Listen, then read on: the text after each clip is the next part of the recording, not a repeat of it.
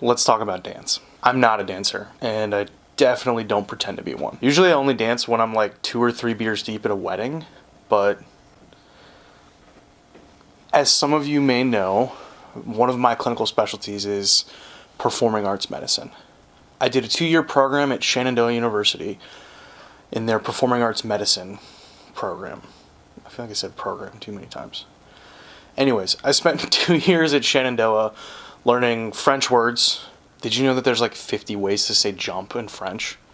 And all about dance, ballet, jazz, tap, modern, as well as a whole bunch of stuff about musicians and other performing artists that I didn't know. My background is very clearly in strength-based sports, football, wrestling, powerlifting, strongman.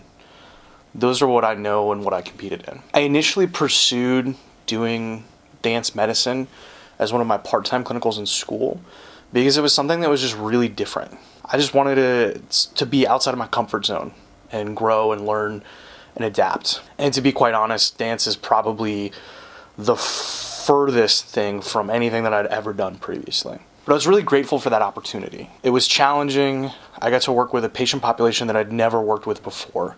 And it made me really have to think and learn and grow on the fly. So I have absolutely no background in performing arts. I mean, I play piano a little bit. There's a keyboard over there against the wall. And I can kind of like dabble, but I can't read sheet music. I never did any like concert band marching.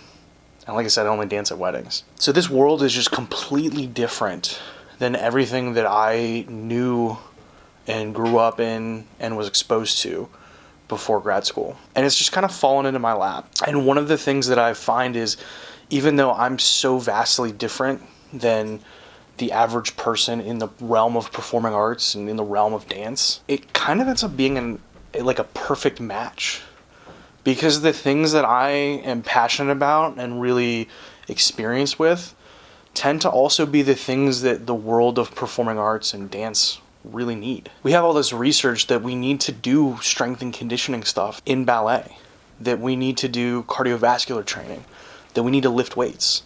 We have all this research that shows that it's okay to do those things. That despite the pervasive belief that lifting weights is going to make you bulky, that's not what happens. You can get strong, you can improve your performance, and you can do all those things while actually making the aesthetic nature of ballet better. And so that's why I really have a passion for working with dancers and working with performing artists, because despite how different we are, we're a perfect fit. I've also been really fortunate to work alongside some great clinicians at Shenandoah. Rose Schmieg and Michelle Pye are both integral kind of in my quest to become a great performing arts medicine provider. If it wasn't for them pushing me to dive more into this world, to put myself out there, I wouldn't have been able to take advantage of some really cool opportunities. Because of this whole dance avenue that I've gone down, I've been able to work with some really awesome people to learn about dance and ballet way more than I thought I would. To be able to connect with a population that would really benefit from things like strength and conditioning services. But I've also been able to go on some really cool podcasts, like the Clinical Athlete podcast, and talk about things like performing arts medicine. It's a really cool field, and not a lot of people have the know-how to work with this population. I've also been able to speak internationally, which for me is super cool, because I've only been out of school for a couple of years. I never thought that anyone would want to listen to anything that I have to say, but I was able to go to Montreal and present on using kettlebells as a way to load up our dancers and get them moving and stronger and help them become more confident with things that seem scary. I've also never met a group of people that are so accepting and inclusive. And even though I feel like an outsider, the world of performing arts is more than happy to welcome me in. I'm also really grateful for opportunities I've had at my clinic to be able to pursue this stuff, to be able to go to conferences, to take courses, and to learn more about this population so that I can better serve it.